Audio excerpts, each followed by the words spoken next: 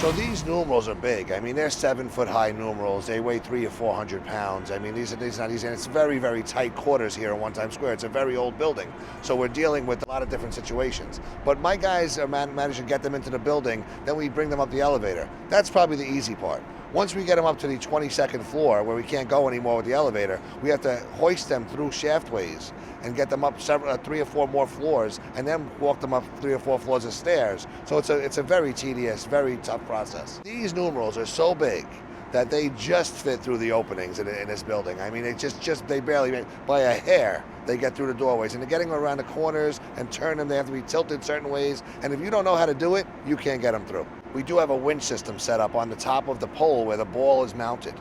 And we set that winch system up, and we hoist these numerals up this winch system, and then we have to drift it over and get it onto the structure that we built that supports these numerals.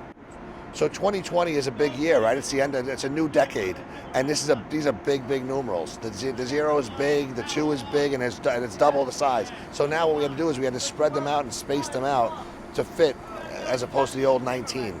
So it was a lot more work this year.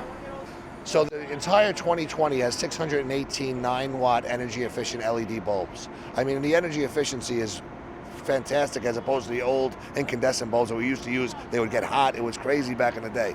But there's about 164 in the 0 and about 145 in the 2. So there's a lot of bulbs. But when that ball comes down and the numbers light up and it signifies a new decade, I mean, this is going to be bigger than anything. 2020 is going to be huge.